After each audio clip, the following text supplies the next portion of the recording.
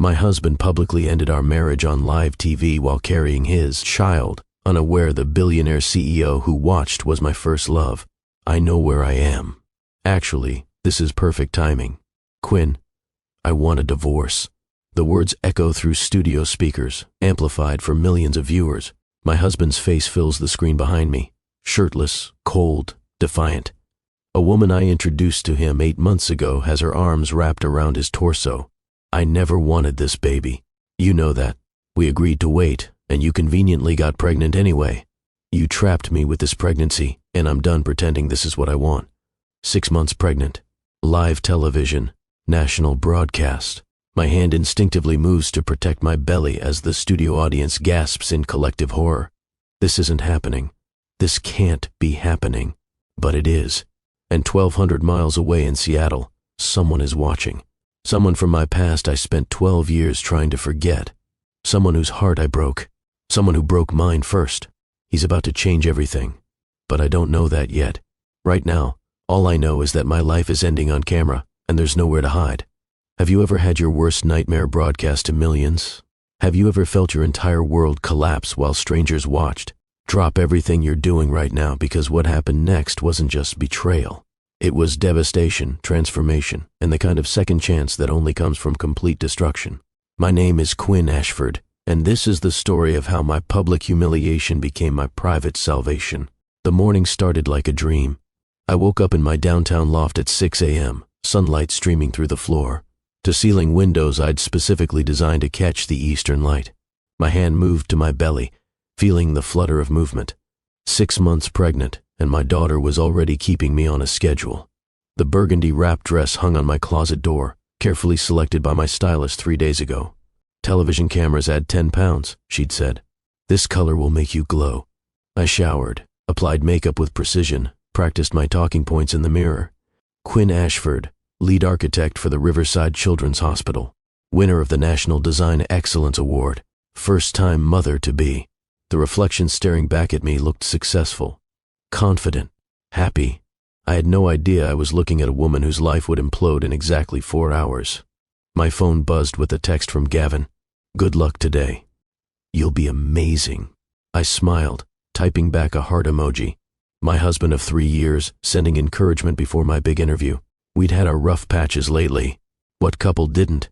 But we were solid. We were building a family. We were fine. I was so naive. The car service arrived at 8:15. I settled into the back seat, reviewing my notes one more time. Morning Horizons was the biggest daytime talk show in the country. This interview would be seen by over 4 million viewers. My hospital design had already won awards, but this exposure would take my career to the next level. The driver navigated through morning traffic while I rehearsed answers to anticipated questions. Yes, the rainbow window design was inspired by childhood trauma research. No, I never expected this level of recognition. Yes, pregnancy has given me new perspective on creating healing spaces for children. I had it all planned out. Every answer, every smile, every carefully crafted soundbite. Life has a way of destroying plans. The television studio was exactly what I expected. Bustling production assistants, bright lights, the controlled chaos of live television.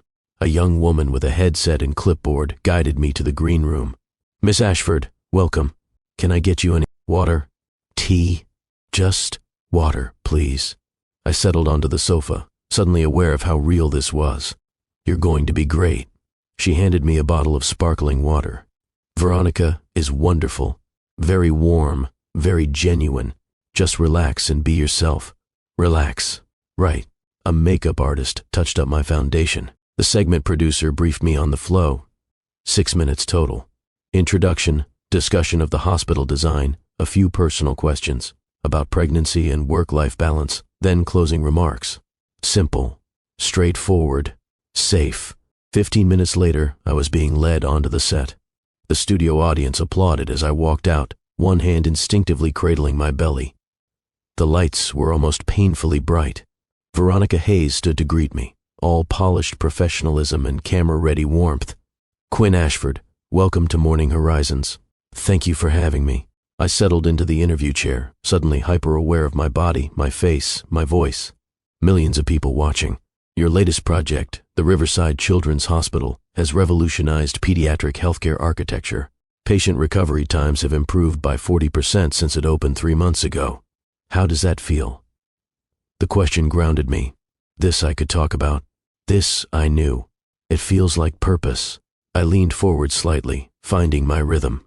Every window, every color, every play of light was designed with one question in mind. What would help a frightened child feel safe? Architecture isn't just about buildings. It's about creating environments that heal. Beautifully said. Veronica's smile widened. And speaking of healing and growth, congratulations are in order. You're expecting your first child. Yes. My hand moved to my belly again. A girl. We're due in 3 months. That's wonderful. Veronica leaned forward with an expression I would later recognize as calculated entertainment. You know what? Let's do something special. Let's call your husband right now and share this incredible moment with him. I'm sure Gavin would love to celebrate your success. My stomach tightened. Something felt off, though I couldn't articulate why. Oh, I don't know if he's available. I'm sure he's working. Come on. Veronica was already signaling to her producer. It'll be sweet. A beautiful surprise for our viewers. The audience applauded enthusiastically.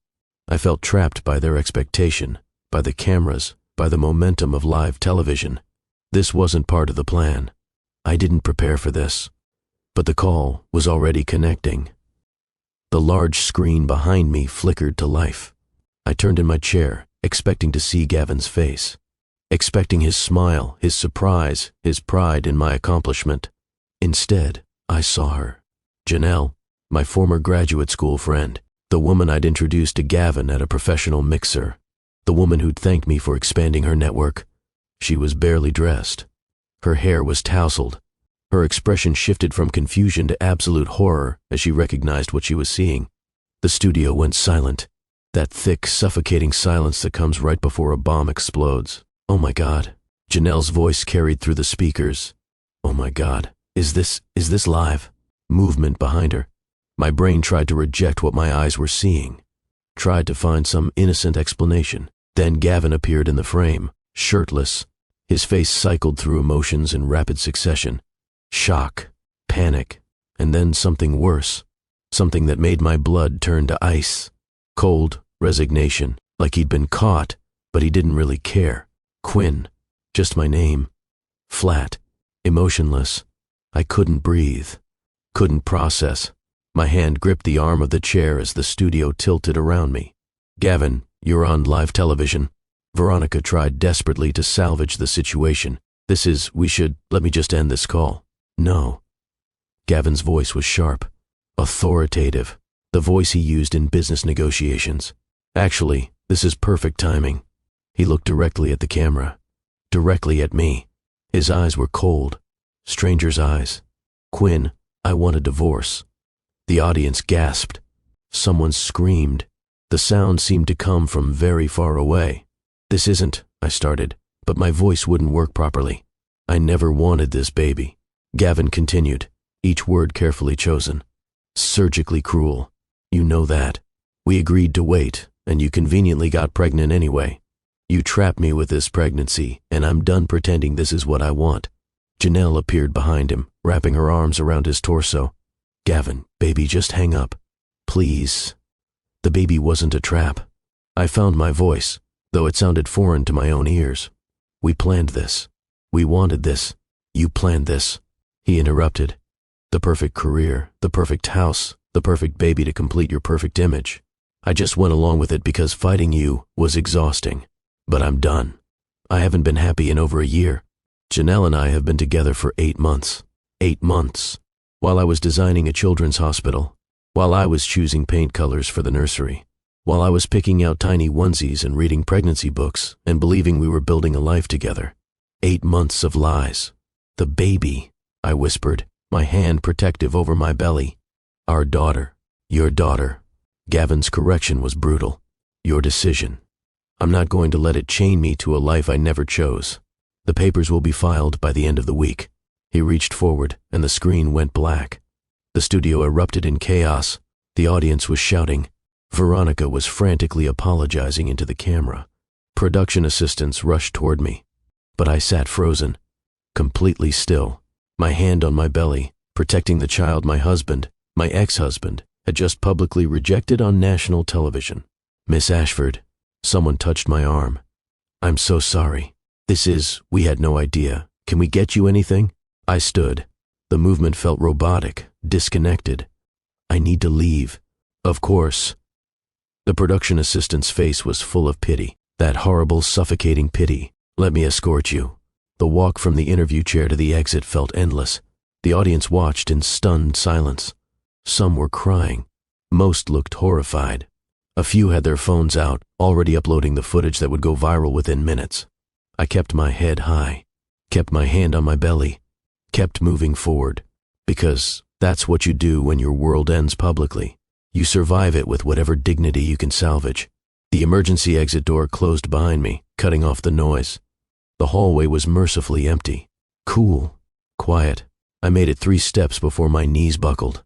My back hit the wall as I slid down, my breath coming in sharp, painful gasps. Not crying, not yet. Just breathing, just trying to process what had just happened. My phone was already exploding, vibrating non-stop in my purse. I pulled it out with shaking hands. 17 missed calls, 43 texts, and counting.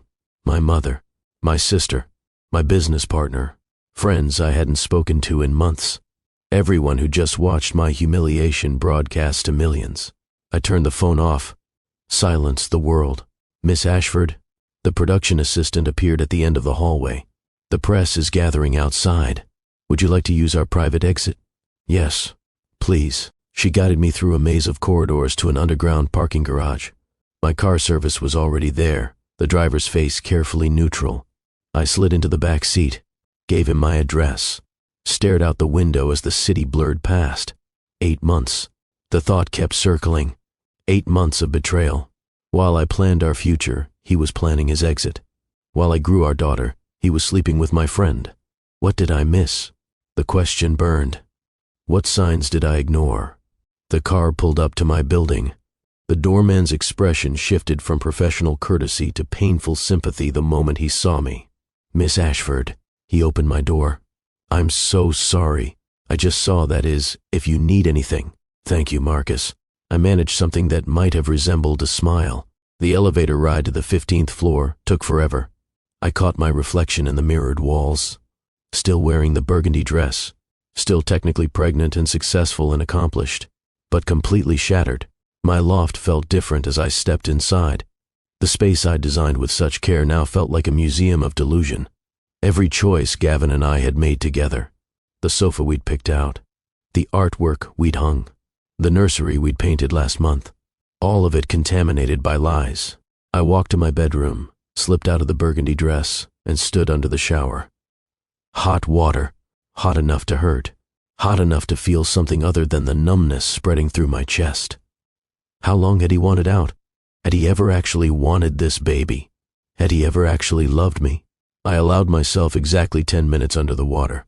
10 minutes to feel the full weight of my devastation. Then I turned off the shower, dried my face, and made a decision. I would not be destroyed by this. Humiliated, yes. Betrayed, absolutely, but not destroyed. I dressed in comfortable clothes, made myself tea, sat cross-legged on my bed with my laptop. Then I made 3 phone calls. First, to Catherine Morrison, the divorce attorney my sister had recommended 6 months ago when her own marriage ended. Catherine Morrison's office. This is Quinn Ashford. I need to schedule an emergency consultation. My husband just... I paused, gathering strength. My husband just announced on live television that he wants a divorce. I'm 6 months pregnant. Silence on the other end. Then, oh my God, I saw it. The whole office saw it. Quinn, I'm so sorry. Can you come in tomorrow morning? 9. I'll be there. Second call to Jeremy Chen, my business partner. Quinn. His voice was tight with anger. I just watched. That bastard. Are you okay? I'm managing. I kept my voice professional. Jeremy, I want you to know this won't affect our ongoing projects. I'll be in the office Monday as planned. Quinn, take whatever time you need. Your personal life just exploded on national television. No one expects you to work right now. I expect me to work. I need normal. I need purpose. Please don't treat me like I'm broken. He was quiet for a moment. Okay, but if you need anything at all, I'm here. Third call to my obstetrician, Dr. Peterson's office. This is Quinn Ashford. I need to schedule an emergency appointment. I'm 24 weeks pregnant, and I just experienced severe emotional trauma. I need to make sure the baby is okay. Can you come in this afternoon? 4 p.m.? I'll be there. 3 calls. 3 steps toward taking control of a situation that felt entirely out of control. My daughter moved in my belly, a strong kick against my ribs. I placed my hand over the spot, feeling her life, her presence. It's just us now, I whispered to her. But we're going to be okay. I promise you, we're going to be more than okay. My phone, still off, sat on my nightstand. When I finally turned it on 2 hours later, there were 93 missed calls and 217 texts. I ignored all of them except one from my sister. I'm on my way. Don't argue. I'll be there in 3 hours. I typed back. Thank you. Then I saw it. An unknown number from Seattle. A voicemail. Something made me listen to it. Quinn. The voice stopped my heart. It's Hayes. Hayes Callahan. I saw the interview. I'm so sorry for what you're going through. I have something I need to discuss with you. It's important. Professional, not personal. Please call me back. Hayes Callahan. The man I'd fallen in love with 12 years ago. The man I'd planned a future with. The man who'd broken up with me 2 weeks before I moved to New York for graduate school because long-distance relationships were doomed and we should make a clean break while we were still friends. I hadn't spoken to him in over a decade. And now he was calling me on the worst day of my life. The universe, I decided, had a truly twisted sense of humor. I stared at the number for a long time, debated deleting it, debated blocking it, debated pretending I never received it. Instead, I called back. He answered on the first ring. Quinn, just my name, but the way he said it. Gentle, concerned, achingly familiar despite 12 years of silence. Hayes. I sat down heavily on my sofa. Why are you calling me? Because I saw what happened to you, and I'm furious on your behalf. Because what your husband did was unconscionable. And because I have a professional opportunity that might interest you. Professional, right. I laughed, but it came out brittle. You're offering me a job the day my marriage ended on national television? I'm offering you an escape. His voice was steady. Quinn, I visited the Riverside Children's Hospital 6 months ago. 3 times, actually. Anonymously, because I wanted to observe without the distraction my name sometimes creates. Your work is extraordinary. Not just the architecture, but the philosophy behind it. The way you've created healing spaces that actually help children recover faster. I said nothing. I didn't trust my voice. Callahan Development Group is launching a nationwide healthcare architecture initiative. We're redesigning children's hospitals in 15 cities. I want you to lead it. Director of Healthcare Design Innovation, full creative control, substantial team, resources beyond anything you currently have access to. Hayes, before you say no, just look at the offer. I'm emailing it to you right now. Take whatever time you need. Talk to your attorney, your business partner, whoever you trust. This is legitimate, Quinn. Based entirely on your professional excellence, not on what happened today. Not on our history. My laptop pinged. I opened the email with shaking hands. The salary made me gasp. Triple my current income. Equity stake in the division. Benefits that included premium maternal health care, parental leave, and child care support. This is too generous, I said quietly. It's competitive for an executive of your caliber taking on national leadership. I could hear the slight smile in his voice. The same tone he'd used in college when we debate philosophy at 2 a.m. Quinn, I'm not offering this as charity. I'm offering it because 6 months ago, I walked through your hospital and watched a 5-year-old girl stop, crying because sunlight was streaming through your stained glass windows in colors that looked like magic. Tears pricked my eyes. You really visited my hospital. 3 times. There was something in his voice, something weighted with unspoken meaning. I wanted to see what you'd built, who you'd become.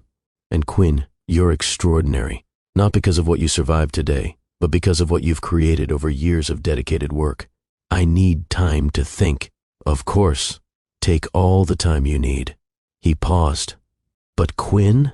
Whatever you decide about the job, I'm here if you need anything. Even if it's just someone to talk to who knew you before any of this. After we hung up, I sat in the gathering darkness of my loft, Hayes' offer glowing on my laptop screen.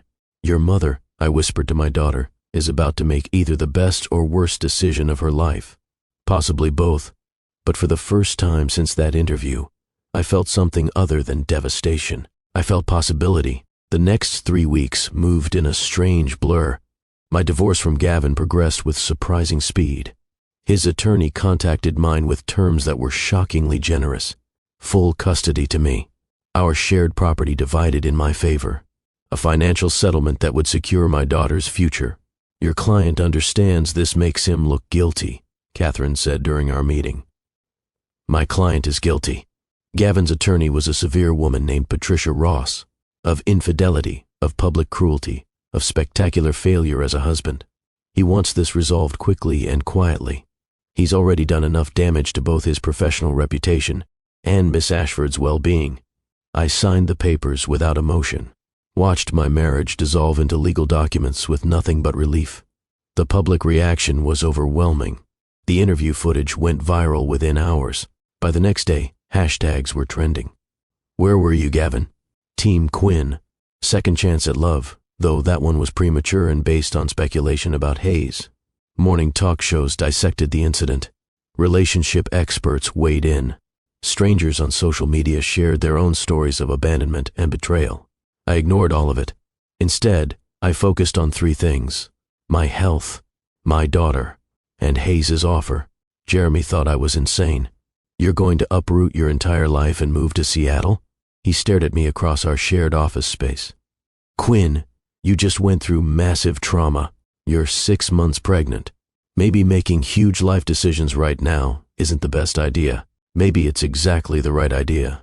I pulled up the project specifications Hayes had sent. Look at this. 15 hospitals, unlimited budget for innovation, the chance to implement healing-centered design on a national scale. This is everything we've talked about for years. We could do it here, in New York. Could we? I met his eyes. Really? With our current clients and our current resources? Or would we spend 5 more years taking whatever projects pay the bills while dreaming about making real impact? He was quiet. I'm not running away, I said gently. I'm running towards something. A chance to do meaningful work. A chance to start over somewhere that doesn't feel contaminated by Gavin's betrayal. And Hayes Callahan? Jeremy's expression was knowing. Your college boyfriend who you haven't spoken to in 12 years? That's not a factor. It's a professional opportunity. Quinn. I sighed. Fine. Yes, there's history. Yes, it's complicated. But Hayes has been nothing but respectful and professional. He's offering me a job, not a relationship. What I do with that is my choice. Just be careful. Jeremy's voice softened. You're vulnerable right now, and he's offering you everything you need right when you need it most. That's either incredibly good timing or incredibly calculated. I know. I placed my hand on my belly, feeling my daughter's movement. But I have to trust my instincts, and my instincts say this is right. 2 weeks later, I accepted Hayes' offer. 1 week after that, I was on a plane to Seattle. My sister came with me, helping me settle into the temporary corporate housing Callahan Development Group had arranged. A beautiful furnished apartment with views of Puget Sound and everything I could possibly need. This is incredible. She stood at the floor-to-ceiling windows, watching ferries cross the water. You sure you're ready for this? No. I unpacked my laptop, but I'm doing it anyway. And seeing Hayes tomorrow? Professional meeting. First day orientation. I kept my voice neutral. She turned to face me, her expression serious. Quinn, I know you. I know how you loved him. Just promise me you'll be careful with your heart. It's already been shattered once this year. I promise. I meant it. Whatever happened with Hayes, if anything happened at all, I would be careful. Intentional. I wouldn't confuse gratitude with love or professional respect with romantic connection. I would protect myself and my daughter above everything else. That night, I barely slept. Anticipation and anxiety warred in my chest. Tomorrow, I would see Hayes for the first time in 12 years. Tomorrow, I would start a new job, a new life, a new chapter. Tomorrow, everything would change. Again. I dressed carefully that morning. Professional maternity dress in deep blue, minimal jewelry, light makeup. I wanted to project competence, not vulnerability. The Callahan Development Group headquarters was a stunning building in downtown Seattle, all glass and steel and modern design. I checked in at reception, and within minutes, an elegant woman in her 40s appeared. Miss Ashford. She extended her hand with a warm smile. I'm Maya Torres, Mr. Callahan's executive assistant. Welcome to CDG. Thank you. Her handshake was firm, professional. Mr. Callahan is finishing a call, but he asked me to give you a brief tour before your meeting, if you'll follow me.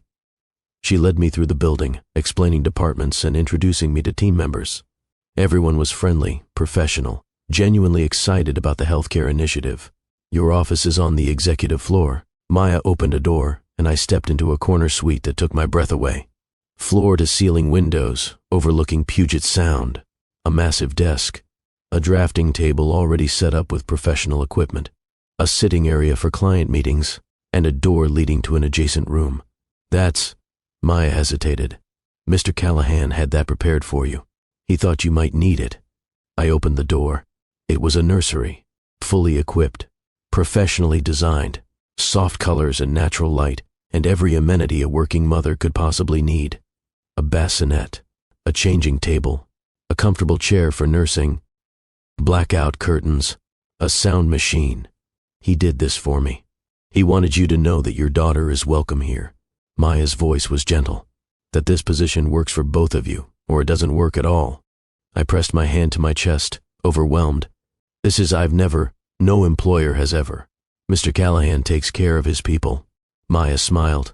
Especially those leading critical initiatives. You're not just an employee, Miss Ashford. You're a partner in building something meaningful. Before I could respond, Maya's phone buzzed. He's ready for you. My heart hammered as we walked down the hall to Hayes's office. Maya knocked once, then opened the door. Miss Ashford is here. Thank you, Maya. And then I saw him. 12 years had changed him, filled him out, matured him. He'd been handsome in college, but now he was striking, confident in a way that came from building something meaningful.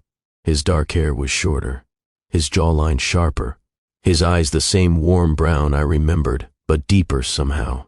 More knowing, he stood as I entered, and for a moment we just looked at each other. Quinn. He extended his hand, maintaining professional distance despite the emotion flickering across his features. Welcome to Callahan Development Group. I took his hand, felt the familiar warmth, the strength, the connection that 12 years hadn't diminished. Hayes, thank you for this opportunity. Thank you for taking a chance on us. His smile was gentle. Let me show you what we're building. He gestured to a large table covered in blueprints and architectural renderings. For the next hour, he walked me through the healthcare initiative. 15 cities, 15 children's hospitals in desperate need of redesign. Unlimited budget, complete creative control. It was everything I'd ever dreamed of professionally, but I couldn't quite focus because Hayes was right there, close enough to touch, speaking with passion about healing spaces and community impact and changing children's lives through thoughtful design. This was the man I'd loved at 21. The man I'd planned a future with, the man who'd broken my heart because he'd been too young and too scared to fight for us. And now he was offering me the world. Your vision for Riverside is exactly what we need. Hayes pulled up photos of my hospital on his laptop. The way you integrated natural light with color therapy, the healing gardens, the parent rest areas. This isn't just architecture. It's compassion made physical. That was always the goal. I found my voice. Buildings that acknowledge fear and pain, but offer hope and beauty in equal measure.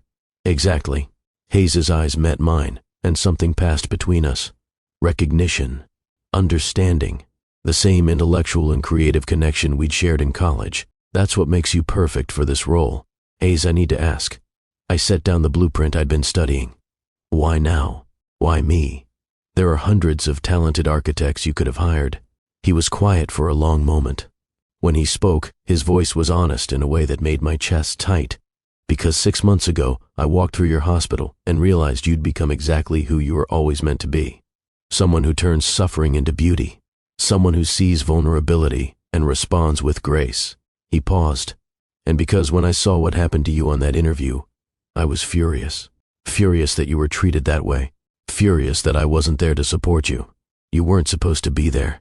We haven't spoken in 12 years. I know. But Quinn, his expression was vulnerable in a way I'd never seen. I've thought about you every day for 12 years. Wondered how you were. What you'd built. If you were happy. And when I saw you on that screen, brilliant and successful and pregnant, and being publicly destroyed, I knew I had to do something. So you offered me a job. I offered you an opportunity you deserve based on merit. He corrected gently. What happened on that interview is unconscionable, but it doesn't change the fact that you're one of the most innovative healthcare architects in the country. I would have made this offer eventually. The timing is, he hesitated, complicated, but the offer itself is genuine. What about us? The question escaped before I could stop it. Our history is ours to navigate however feels right to you. Hayes leaned against his desk, maintaining physical distance. Quinn, I'm not offering you this job with any expectation beyond professional excellence. Whatever happened between us, whatever might happen, that's entirely separate. Your comfort and your needs come first. The relief I felt was profound. Thank you. I met his eyes, for respecting boundaries, for not making this complicated. You've been through hell. His voice was rough with emotion. The last thing you need is pressure or confusion from me. I'm here to work with you, to support you professionally. Everything else is your choice, your pace, your terms. What if I don't want everything else? I asked quietly. What if I just want this to be professional? Then it will be. He said simply, I'll respect whatever boundaries you set. We worked together for the rest of the day, discussing timelines and budgets and design philosophies. It was comfortable, familiar, like slipping back into a friendship that distance had paused but not destroyed. At 5 p.m., Maya knocked on the door. Your car service is here, Miss Ashford, and you have a doctor's appointment at 6. I'll walk you down. Hayes stood, gathering his things. In the elevator, we were quiet, just the two of us in a small space, years of unspoken history hovering between us. How are you really? Hayes asked as we descended. Not professionally, personally. I stopped, considered lying, decided on honesty. I'm devastated and relieved and terrified and hopeful all at once. My marriage ended. My life got rebuilt. I'm about to become a single mother. I'm starting a new job in a new city. It's overwhelming. You're handling it with remarkable grace. I'm surviving it with whatever dignity I can salvage. I corrected. There's a difference. The elevator doors opened. Hayes walked me to the waiting car, his hand briefly touching my elbow in a gesture that felt protective without being possessive. Quinn.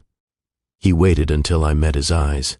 You're going to be an extraordinary mother, and you're going to create extraordinary things here. I believe that completely. Thank you. The words felt inadequate for everything he was offering. For the job, for the respect, for the space to heal. See you tomorrow. He stepped back as I got into the car. See you tomorrow. As the car pulled away, I watched him in the side mirror, standing on the sidewalk, hands in his pockets, watching me leave. And I felt something I hadn't felt in weeks. Hope. The next 6 weeks established a rhythm. I threw myself into work with single-minded focus. The healthcare initiative became my purpose, my distraction, my proof that I could build something meaningful from the ruins of my personal life. Hayes was everything I didn't know I needed. Professional, respectful, consistently supportive without being overbearing. He noticed everything, but never made a show of it. Meetings scheduled around my doctor appointments without me asking. Project timelines that accommodated my energy levels as pregnancy advanced. A car service that appeared whenever I needed it. Your office is too cold, he said one morning, appearing with a space heater. Maya mentioned you've been wearing your coat. I didn't realize she noticed. I notice. He plugged in the heater, adjusted the temperature. You're 7 months pregnant and working 12-hour days. The least I can do is make sure you're comfortable. Hayes, you don't have to take care of me. He looked up, his expression serious. I'm not taking care of you. You're perfectly capable of taking care of yourself. I'm just removing obstacles when I can. Is that okay? The question, the deference to my autonomy, made my chest tight. Yes, I whispered. It's okay. Our working relationship deepened into something that felt like friendship. We had lunch meetings that ran long because we got caught up in passionate debates about design philosophy. We texted each other articles and ideas at midnight. We built something professional that felt personal in all the right ways. But he never crossed a line, never presumed intimacy, never made me feel like his support came with expectations. Until my water broke at 38 weeks and 3 days and everything changed. It was a Tuesday evening. I was at home, reviewing the Portland hospital designs at my dining table. My due date was still 9 days away. I had time. I had plans. And then I felt it. The unmistakable gush of fluid, the sudden realization that plans meant nothing. Oh, I stood carefully, phone already in hand. Okay. I called my doctor, called my sister who was back in New York, called the car service, and then, after a moment's hesitation, I texted Hayes. In labor, heading to Northwest Medical. Don't worry, I'm fine. His response was instantaneous. I'm on my way. You don't have to. I know. I'm coming anyway, if that's okay. I stared at the message as another contraction built, thought about facing this alone, thought about my daughter entering the world with only medical staff as witnesses, thought about Hayes, steady and respectful, and present in ways Gavin had never been. Birthing Suite 7, I typed. But Hayes, I might need you to stay. 3 dots appeared, disappeared, reappeared. Finally, I would be honored. The hospital admitted me at 8:45 p.m. My obstetrician confirmed I was in active labor. 4 centimeters dilated. Contractions every 6 minutes. It's going to be a while. Dr. Sarah Chen smiled reassuringly. But everything looks good. You're doing great. My sister was on the next flight out, but wouldn't arrive until tomorrow morning. The nurses were kind and efficient, but I was alone. Until Hayes appeared in the doorway of my birthing suite at 9:30, slightly out of breath, his expression cycling through concern and relief. Quinn, you came. I don't know why I was surprised. He moved to my bedside, his eyes searching my face. How are you? Terrified, excited, really glad you're here. Another contraction hit. I gripped the bed rail, breathing through the intensity. Hayes watched helplessly, his hands flexing at his sides like he wanted to help but didn't know how. When it passed, I looked up at him. You can hold my hand. If you want. Are you sure? I'm sure. The next 12 hours unfolded in a blur of pain and determination and unexpected intimacy. Hayes stayed. Not just stayed, but participated.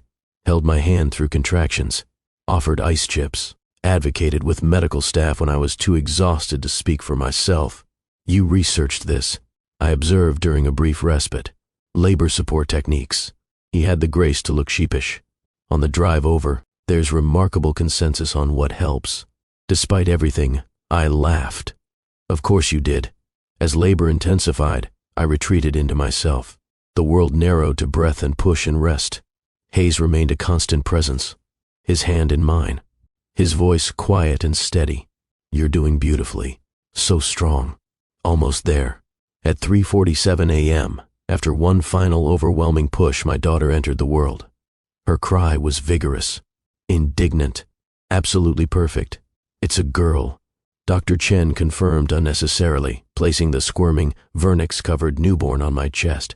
A beautiful, healthy girl. Time stopped. I looked down at my daughter's face for the first time. Tiny, perfect, scrunched in protest at her rude eviction from comfortable darkness. Hi, baby girl. I sobbed, overwhelmed with fierce, protective love. Hi, I'm your mama. I've got you. I have always got you. Hayes stepped back, giving us this sacred moment. When I looked up, his face was wet with unashamed tears. Do you want to meet her? I heard myself ask. Are you sure? I'm sure. He approached with reverent caution. I carefully transferred the swaddled newborn into his arms, and something in his expression transformed. Vulnerability and wonder breaking through his careful control. Hello, little one. His voice was rough with emotion. You're so loved, so wanted, so absolutely perfect. My daughter, Violet, squinted up at him. Her tiny hand somehow found his finger and grasped it with surprising strength.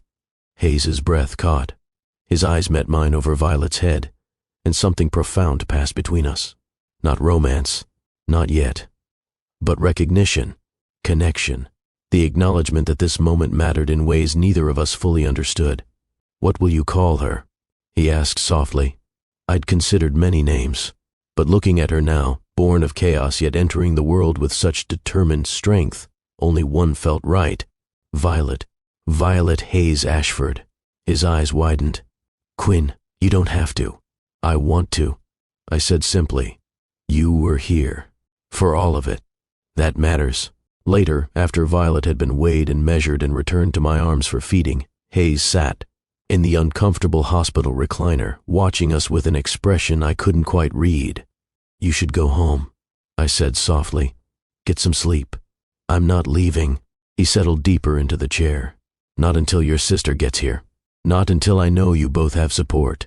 "Hayes." "Quinn." He met my eyes. "Let me do this. Please." So he stayed, dozed fitfully in that terrible chair, woke every time I shifted or Violet fussed, made himself useful in small ways that mattered enormously. And I watched him, this man who had broken my heart 12 years ago, this man who had offered me salvation when I needed it most, this man who was here, now, holding my hand through the scariest and most beautiful moment of my life. Something was shifting between us. Slowly, carefully, but undeniably. I wasn't ready to name it yet, but I felt it. And for the first time since that devastating interview, I felt something that wasn't just survival. I felt the beginning of something new. My sister arrived the next morning with coffee and bagels and the kind of fierce protectiveness only siblings possess. "Let me see her." She barely greeted me before reaching for Violet, who was sleeping peacefully in the hospital bassinet. "Meet your aunt." I watched as she cradled my daughter with practiced ease. "Violet Elena Ashford. She's perfect." My sister's eyes filled with tears. "Quinn, she's absolutely perfect." Hayes had left an hour earlier, only after my sister texted that she'd landed.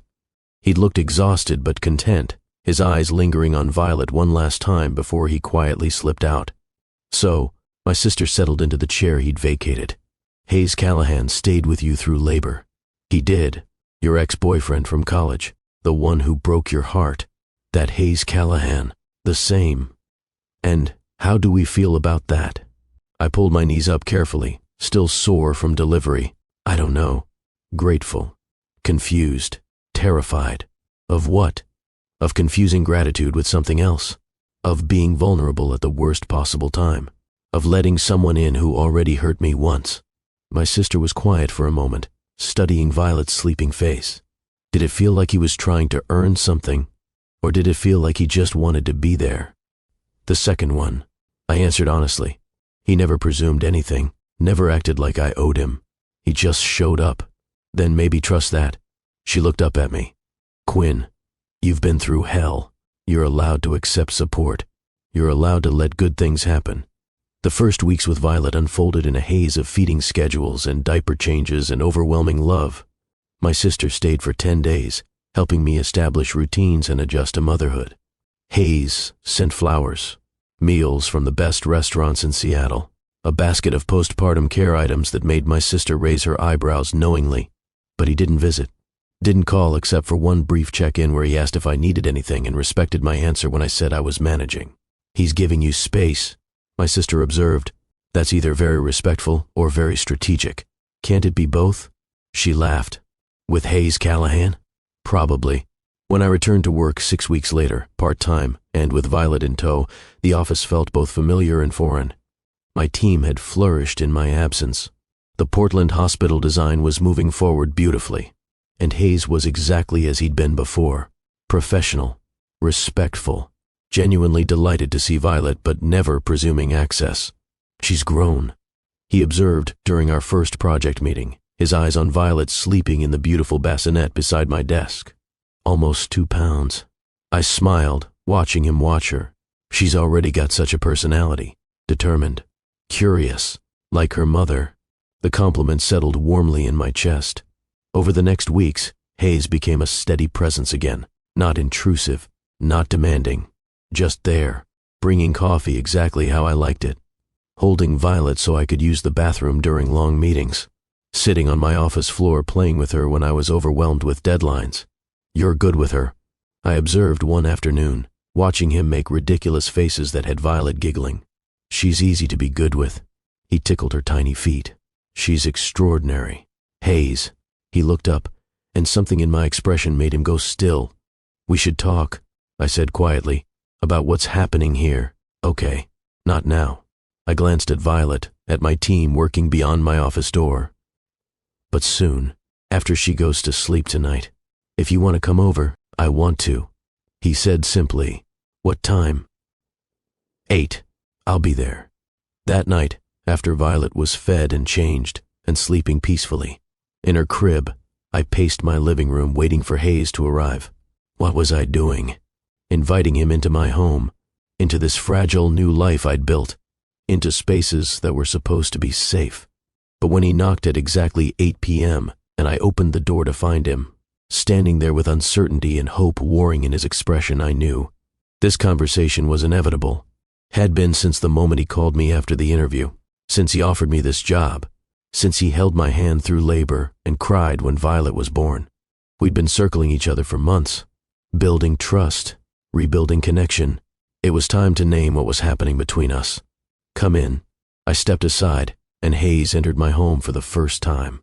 He looked around, taking in the space I'd created, the art on the walls, the books on the shelves, the baby gear that had overtaken what used to be a minimalist aesthetic. It's perfect, he said softly. It's so completely you. Have a seat. I gestured to the couch. Can I get you any coffee?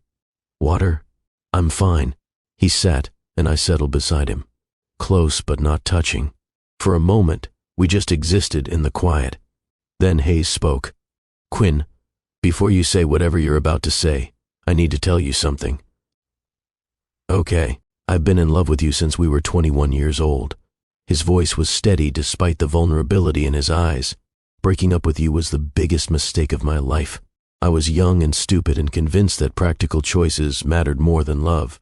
I've regretted it every single day for 12 years. My breath caught. When I saw you on that interview, he continued, being destroyed on national television, I wanted to fix it, to protect you, to do what I should have done 12 years ago and fight for you. But I knew I couldn't just show up and expect you to trust me.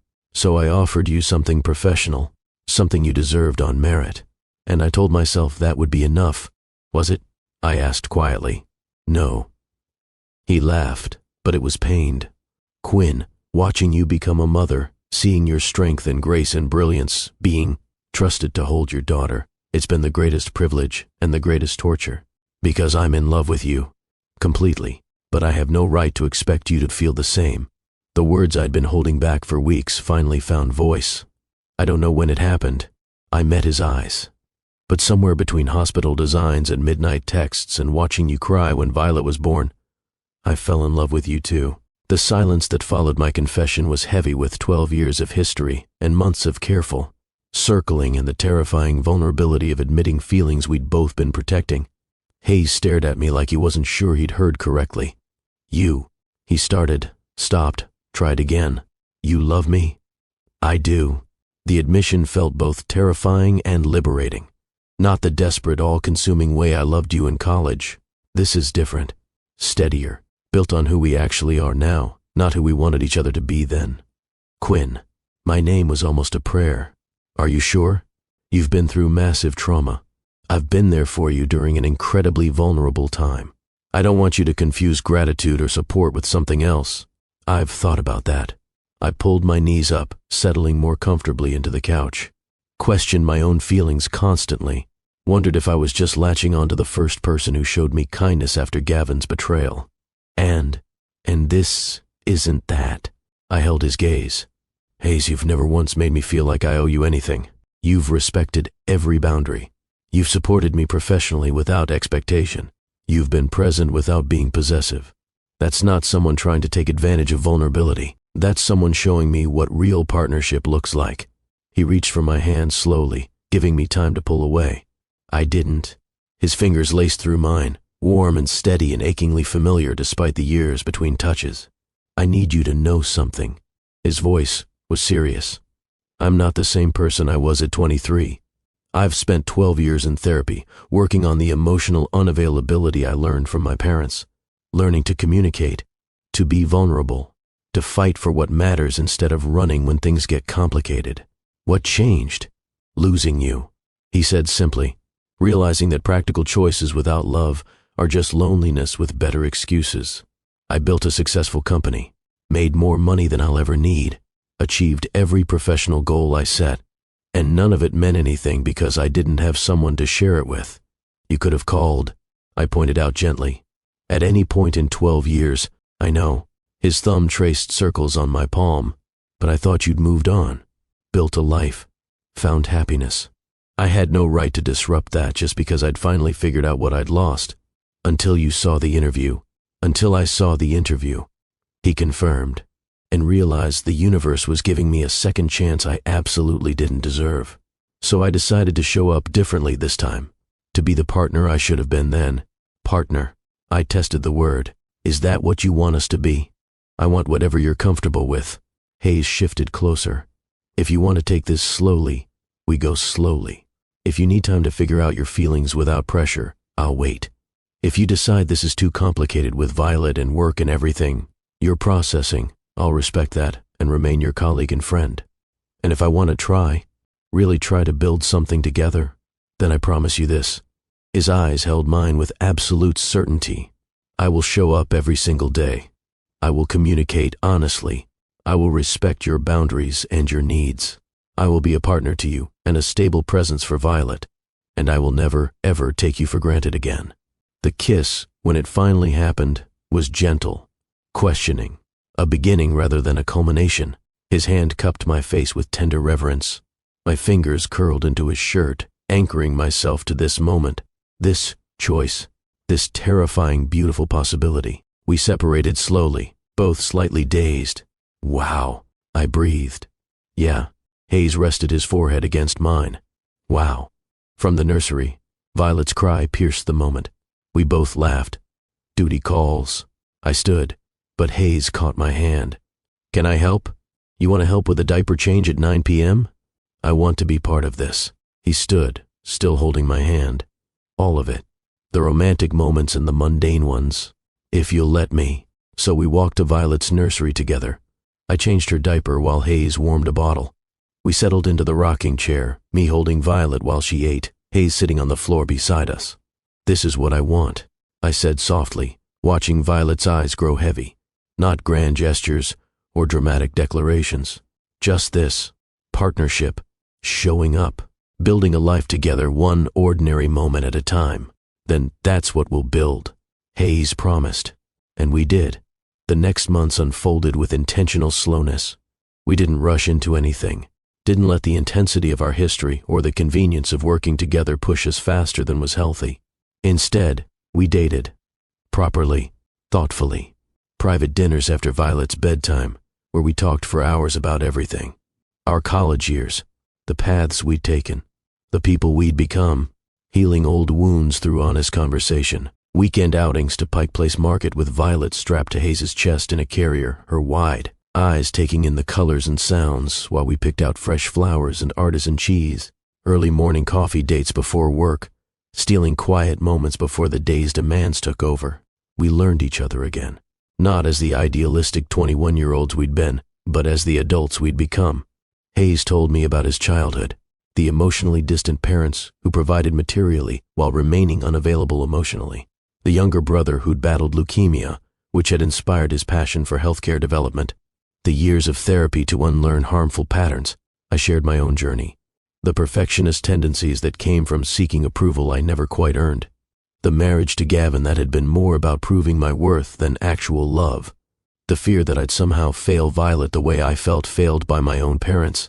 You could never fail her, Hayes said one evening, watching me nurse Violet before bed. Quinn, you see her. Truly see her. That's the foundation of good parenting. I'm terrified every day. I admitted that I'm not enough, that she'll grow up feeling how I felt, then we'll make sure she doesn't. Hayes moved to sit beside us on the couch, his arms settling around my shoulders. We'll build something different, based on presence and communication and unconditional love. The we in that sentence felt like a promise. At work, we maintained professional boundaries. Our relationship wasn't a secret, but it also wasn't performed. We treated each other with respect and equality. My ideas were valued on merit, not favoritism. Our disagreements were handled professionally. Maya was the only one who seemed to know the full story. "He's different with you," she commented one day, delivering project reports to my office. "I've worked for Mr. Callahan for 8 years. I've never seen him this present, this genuinely happy. We're taking it slowly," I replied, not quite meeting her eyes. "Slow is good." Maya smiled knowingly. "But Quinn, don't let fear keep you from something real. I've watched a lot of people orbit Hayes Callahan trying to get his attention. You're the only one who actually has his heart."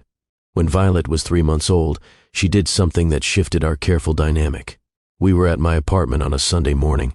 Hayes had started keeping clothes there for overnight stays, though we still maintained separate bedrooms. He respected my need to move physically slowly, while our emotional intimacy deepened.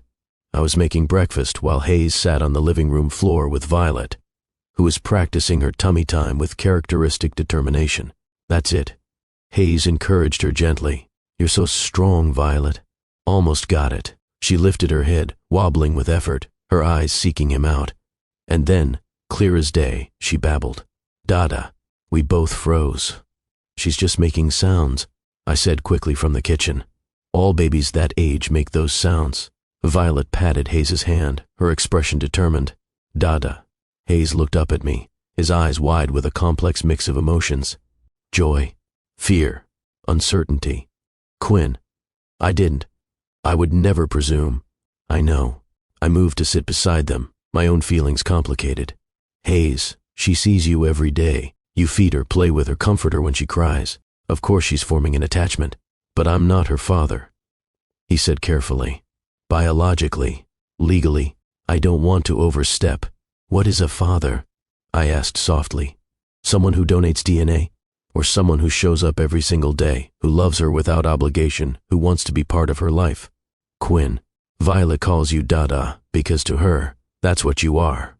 I blinked back tears. "And maybe that's okay. Maybe that's even beautiful." "Are you sure?" His voice was rough.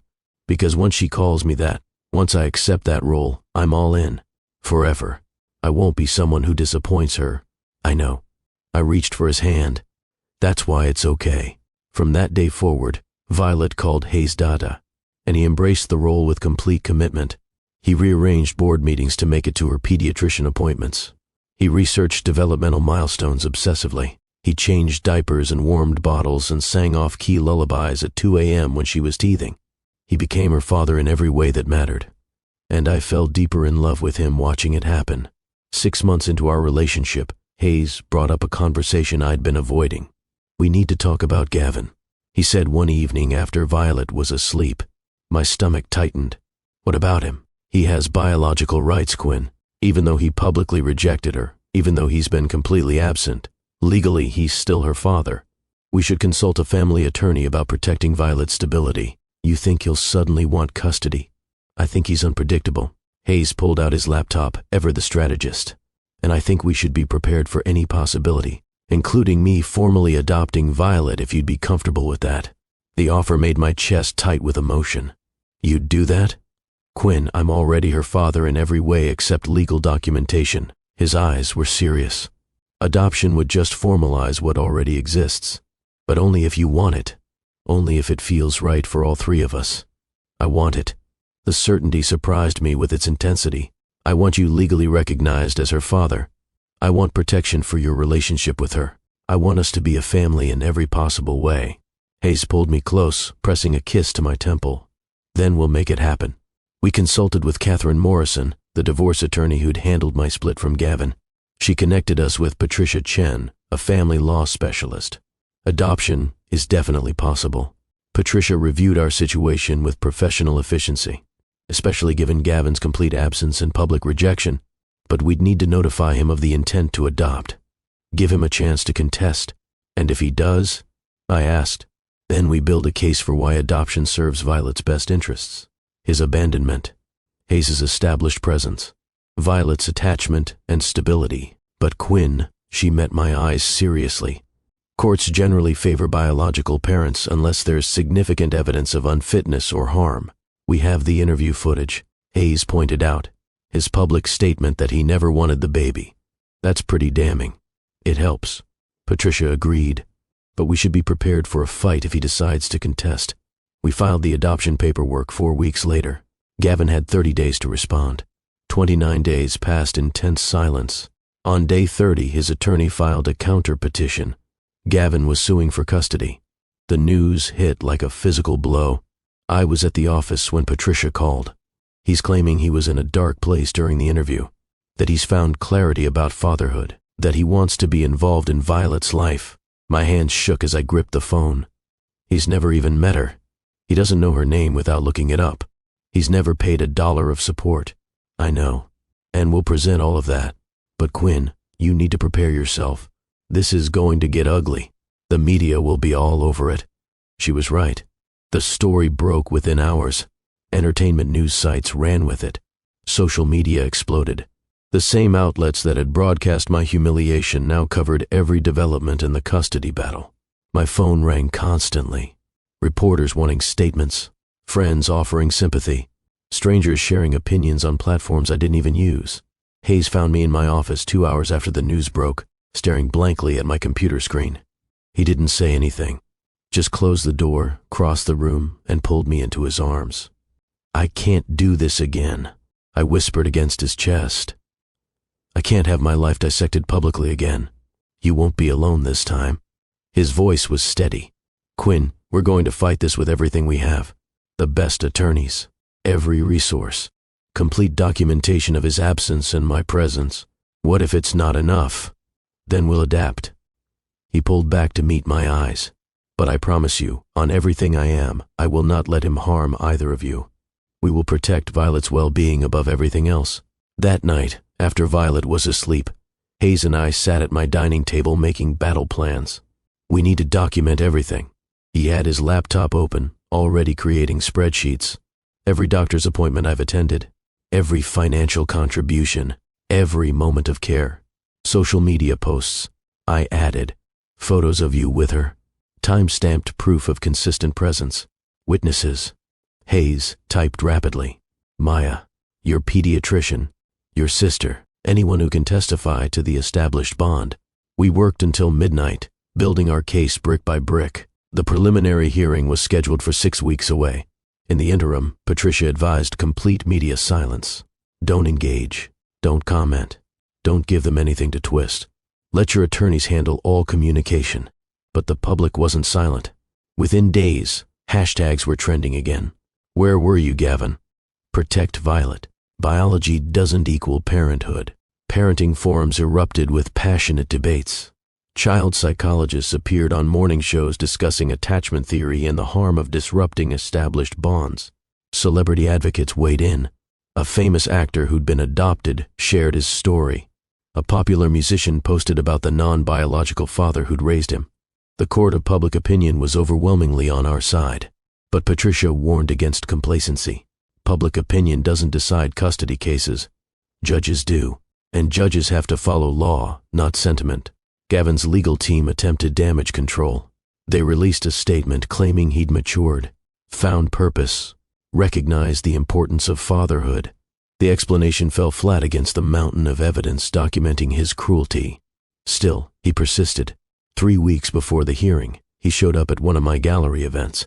I was at the Portland Hospital unveiling, celebrating the completion of our first major project. The children's wing had exceeded every expectation. Patient feedback was extraordinary. The mayor had given a speech crediting our innovative design. It was supposed to be a triumph. Then I saw him across the room. Gavin looked different, thinner, harder around the edges. His eyes scanned the crowd until they found me. My blood turned to ice. Quinn. He approached before I could escape. We need to talk. We have nothing to discuss. I kept my voice low, aware of the event happening around us. All communication goes through our attorneys. I want to see my daughter. His voice carried, drawing attention. Security. Hayes appeared at my side, his hand steady at the small of my back. His voice was controlled, but carried authority. This man is harassing Miss Ashford. I'm her husband. Gavin's expression twisted with ugly contempt. Ex-husband, Hayes corrected, who publicly rejected their unborn child and has made zero attempt at contact for 10 months. You need to leave. Gavin stepped closer, his voice dropping to something poisonous. Playing daddy to my kid doesn't make her yours, Callahan. No. Hayes remained calm, though I felt the tension in his body. But being there for every doctor's appointment, every midnight feeding, every milestone does. Being chosen by Violet every single day makes me her father. You're just biology. I'm filing for custody. Gavin's gaze shifted to me.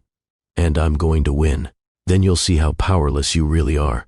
Security escorted him out before I could respond. But the damage was done. Photos of the confrontation were online within minutes. Speculation exploded. Patricia called the next morning. The confrontation helps us, she said without preamble. It demonstrates his volatility, his focus on you and Hayes rather than Violet's well-being. But Quinn, you need to be prepared. He's desperate, and desperate people do unpredictable things. The hearing arrived with surreal speed. Hayes and I dressed carefully that morning. Professional, united, strong. Violet stayed with my sister, blissfully unaware that her entire future was being decided. The courthouse was surrounded by media. Cameras flashed as our car pulled up. Reporters shouted questions we didn't answer. Inside, the courtroom was packed. Observers, media representatives, child advocates drawn by the case's implications. Judge Maria Torres presided, a 60-year-old veteran of family court known for child-centered rulings and zero tolerance for games. This court's primary concern is the well-being of the minor child, Violet Elena Ashford. Her opening remarks set the tone. All other considerations are secondary to what serves her best interests. Gavin's attorney presented first, a slick man named Robert Kane, who specialized in high-conflict custody cases. Mr. Ashford deeply regrets his statement during the television interview. Kane's voice was smooth. He was in a dark place, struggling with the sudden pressure of impending fatherhood. But he's since done significant personal work, therapy, reflection. He's financially stable and genuinely wants to be part of his daughter's life. Patricia cross-examined with surgical precision. Mr. Ashford, how old is Violet? Gavin hesitated. 10 months. What's her favorite toy? I don't know. Her pediatrician's name? Silence. When was her last checkup? More silence. Have you made any attempt to contact Miss Ashford regarding Violet's well-being in the 10 months since her birth? I was giving Quinn space. Space. Patricia's tone was sharp. Or complete absence. Have you paid any child support? We didn't have a formal agreement. Have you sent gifts? Cards? Any acknowledgement of your daughter's existence? Gavin's jaw tightened. I was preparing to be present in a meaningful way. By filing for custody only after learning Mr. Callahan intended to adopt, Patricia let the implication hang. Our side presented next, the case we'd built over weeks. Medical records showing Hayes at every appointment, financial records of his support, photos documenting 10 months of consistent presence. The pediatrician testified, Mr. Callahan has attended every well baby visit. He asks informed questions. He clearly knows Violet's needs and temperament. I've never met Mr. Ashford. Maya testified. Mr. Callahan rearranged a meeting with international investors because it conflicted with Violet's first swimming class. He keeps photos of her on his desk. He talks about her constantly. This isn't performance. It's genuine paternal love. My sister testified. Hayes was in the delivery room. He's been present for every major and minor milestone. Violet lights up when she sees him. She calls him Dada because that's who he is to her. Finally, I took the stand. Miss Ashford, Judge Torres's voice was kind but firm. If the court were to grant shared custody to Mr. Ashford, how would that impact Violet's life? I chose my words carefully. Your Honor, Violet is 10 months old. Her sense of security comes from consistent caregivers and predictable routines. Hayes, Mr. Callahan, is one of those consistent caregivers. He's been present since birth. Introducing a stranger, because that's what Gavin is to her, would be devastating to her development. Mr. Ashford isn't technically a stranger, the judge noted. He's her biological father. With respect, Your Honor, biology without relationship is just genetics. I met her eyes. Violet knows one father. The man who's read her bedtime stories every night, who walks her when she's fussy, who has literally never missed a single day of her life. Removing him from that role would traumatize her. And Mr. Callahan's adoption petition would formalize what already exists in Violet's heart and in our daily life. I felt tears building but kept my voice steady. Hayes is her father in every way that matters. Legal recognition would simply protect that bond. Thank you, Miss Ashford. The judge called a brief recess. Hayes and I sat in the hallway, hands clasped, not speaking.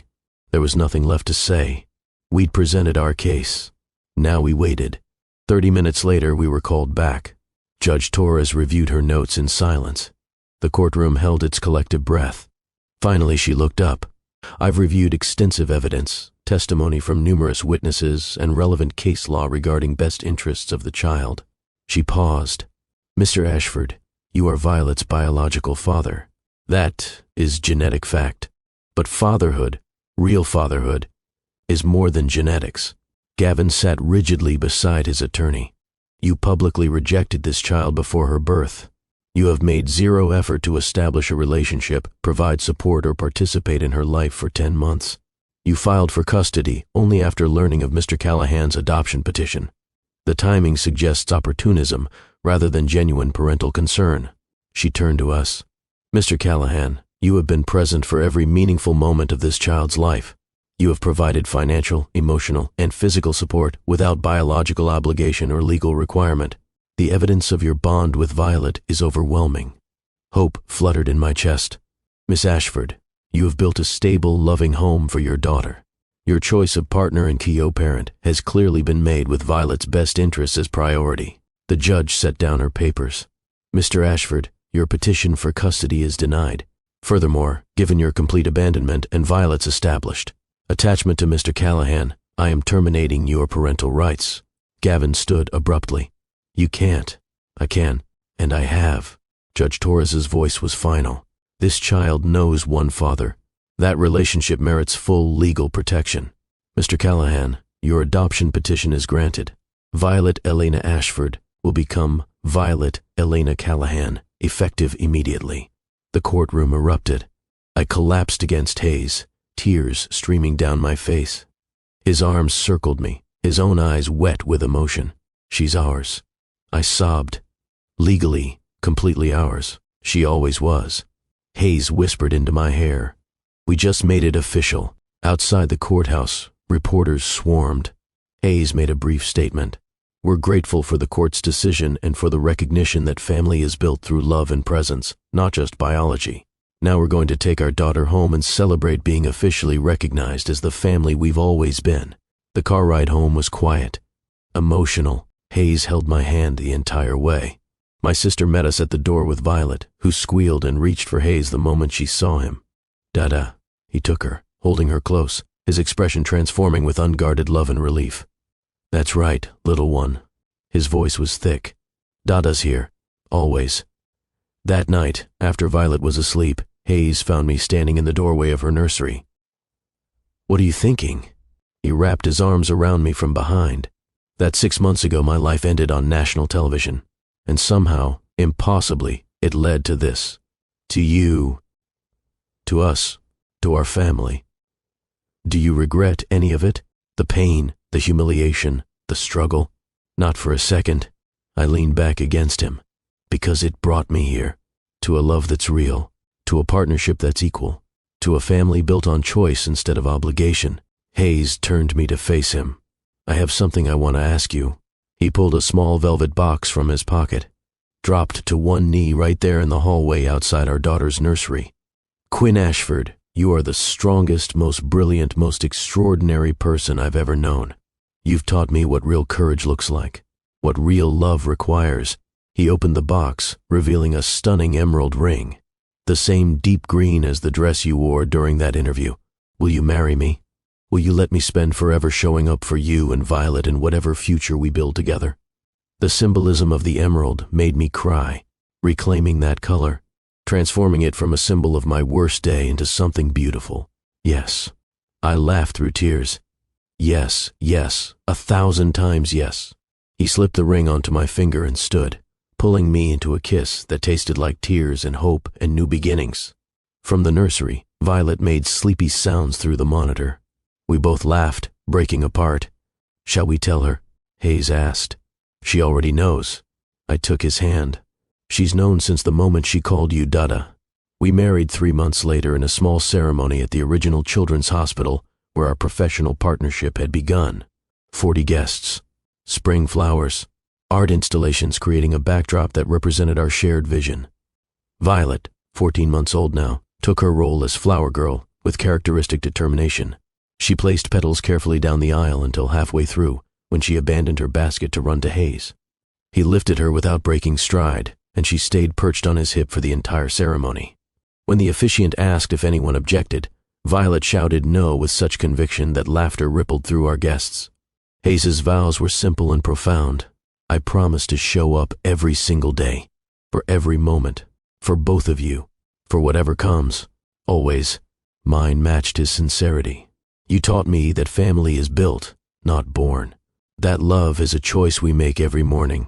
And I choose you. Today, tomorrow, forever. We sealed our vows with a kiss while Violet clapped between us. The reception was intimate and joyful. Excellent food, meaningful conversations, dancing that continued long after Violet fell asleep in Maya's arms. Our honeymoon was a family trip to the San Juan Islands, Violet's first real vacation. We spent days exploring tide pools and flying kites and building sand castles. One evening, watching Violet chase seagulls along the shore while the sun set behind her, Hayes asked the question, "Is this what you imagined for your life?" Not remotely, I admitted. It's infinitely better. Life settled into a rhythm that felt both extraordinary and wonderfully ordinary. The healthcare initiative expanded internationally. Violet started preschool, revealing an artistic talent that surprised no one. Hayes and I built something professional that was also deeply personal. And then, 11 months after our wedding, I discovered I was pregnant again. Hayes's reaction was pure joy, tears and laughter, and immediately dropping to his knees to talk to my still flat belly. "Hello in there." His voice was tender. "I'm your daddy. Your big sister Violet is very excited to meet you, though she doesn't quite understand why it's going to take 9 months. Violet, now almost 3, approached my belly with serious concentration. "Baby in there?" "That's right." I pulled her onto my lap. "A baby brother or sister?" "I be big sister?" "The biggest sister," Hayes confirmed. "You'll teach them everything important, like colors and sharing and being kind?" She'd absorbed our lessons well. "Exactly those things." "Okay." She nodded. Decision made. "I be good big sister. Promise." She kept that promise. When Theodore Hayes Callahan was born 7 months later, Violet approached him with the same thoughtful consideration she brought to everything. "He very small," she observed, studying her baby brother in my arms. "You were that small once." Hayes lifted her for a better view. "I teach him things?" "So many things," I assured her, and she did. As Theo grew from infant to toddler, Violet became his guide, translator, occasional benevolent dictator. "No, Theo." She'd instruct patiently when he reached for something forbidden. That not for little brothers. The years passed, marked by milestones that formed our family's private history. First days of school, lost teeth, family vacations, ordinary Tuesday dinners made special through presence and attention. When Violet turned 7, her naturally inquisitive mind started asking complex questions. "Lily at school has 2 moms," she informed us one evening at dinner. "And Marcus has a mom and a stepdad and a dad he visits on weekends." Hayes and I exchanged glances across the table. We'd prepared for this conversation. Families come in many different forms. I explained carefully. What matters is love and respect and taking care of each other. Violet nodded, processing. "But I just have you and Daddy and Theo." "That's right," Hayes confirmed. "Was it always just us?" The question we'd known would come eventually. "Before you were born," I began gently, "I was married to someone else. He wasn't ready to be a father when you came along." Violet considered this. "Not ready like when Theo isn't ready for big kid scissors?" "Something like that." I smiled despite the weight of the conversation. Some people aren't ready for the responsibility of being parents. But Daddy was ready. Violet looked to Hayes with complete trust. "I met your mom when you were still growing in her belly." Hayes found simple words for complex truth. And when you were born, I fell in love with both of you. I knew immediately I wanted to be your father, even though I didn't grow from daddy's seed. Violet applied recently learned biology with characteristic directness. Family isn't always about biology. Hayes met her gaze steadily. It's about who loves you, who shows up for you, who chooses you every day. So you chose to be my daddy. It was the easiest choice I've ever made. Hayes's voice was rough with emotion, and the best one. Violet absorbed this. I'm glad you chose us, Daddy. Me too, little one. Every single day. The conversation came up again over the years as Violet's understanding evolved. Each time we answered with age-appropriate honesty. When she found the original interview footage at age 10, researching my career. For a school project, we sat with her through her confusion and hurt. He said he didn't want me. Tears streamed down her face. Said I was a trap. Hayes gathered her into his arms. He was wrong. So terribly wrong. His inability to see what a gift you are was his loss, not your failing. But why didn't he want me? Some people aren't capable of putting someone else's needs before their own. I stroked her hair. It wasn't about you, sweetheart. It was about his limitations. Are you sad he's not my dad? She looked up at Hayes with tear-swollen eyes. Not for a single second. He answered without hesitation. Being your father is the greatest privilege of my life. Not because of obligation or biology, but because of who you are. By 12, Violet had developed her own clear understanding. When a classmate made a thoughtless comment about real parents, Violet responded with characteristic directness. My real father is the one who taught me to ride a bike and checks my homework and shows up for every concert. Biology is just science. Family is love. Now watching from our back deck is Violet, age 16, helps Theo, age 13. With his science project, Hayes wraps his arm around my waist. She's extraordinary. They both are. I lean into him. They came by it honestly. He kisses my temple. They've had an extraordinary example. Through the window, we can see into our home. Photos covering the walls, documenting our journey. The hospital where we reconnected. Violet's birth. Our wedding. Theo's arrival. Family vacations. Ordinary moments made precious through love. Do you ever think about how different things might have been? I ask the question that sometimes surfaces. Every day, Hayes admits, that interview was the worst moment of your life, and the doorway to my best life. I turn in his arms. To us, to our family, to everything that matters. You don't regret any of it?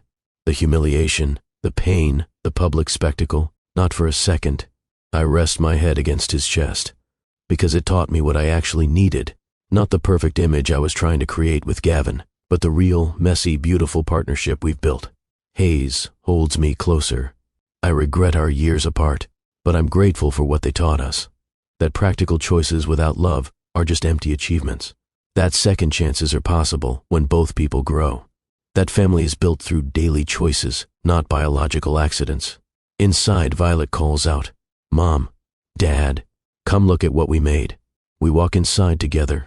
Our children, our home, our life built deliberately from the ruins of my worst day. And I realize the fundamental truth that shaped our entire journey. Sometimes your worst moment is the doorway to your best life. Sometimes public endings are private beginnings. Sometimes the love you thought you lost forever comes back stronger, wiser, and exactly when you need it most. Not because of fate or luck or cosmic intervention, but because two people chose each other every single day. Through devastation and rebuilding, and ordinary moments and extraordinary ones. Hayes and I chose this, chose us, chose our family, and we'd choose it again, every single time. So let me ask you, have you ever experienced a second chance at love? Have you ever had your worst moment become your greatest blessing? What does family mean to you? Biology or choice? Presence or genetics? I want to hear from you. Drop a comment below. Tell me where in the world you're watching from. Or just type, I'm with you, Mr. Hearthline. Let me know this story resonated, that it mattered, that you're here, because here's what I know about life. It will break you. Publicly, privately, completely. But in those broken places, if you're brave enough to stay open, if you're willing to trust again, if you choose to build something new instead of protecting what was destroyed, that's where the real story begins. Quinn's story started with humiliation, but it became about resilience. about choosing love over fear, about building family through intention rather than accident. Your story might look different, different details, different pain, different people, but the core truth remains. You are not defined by your worst moment. You are defined by what you build from the ruins. So build something beautiful. Choose people who choose you back.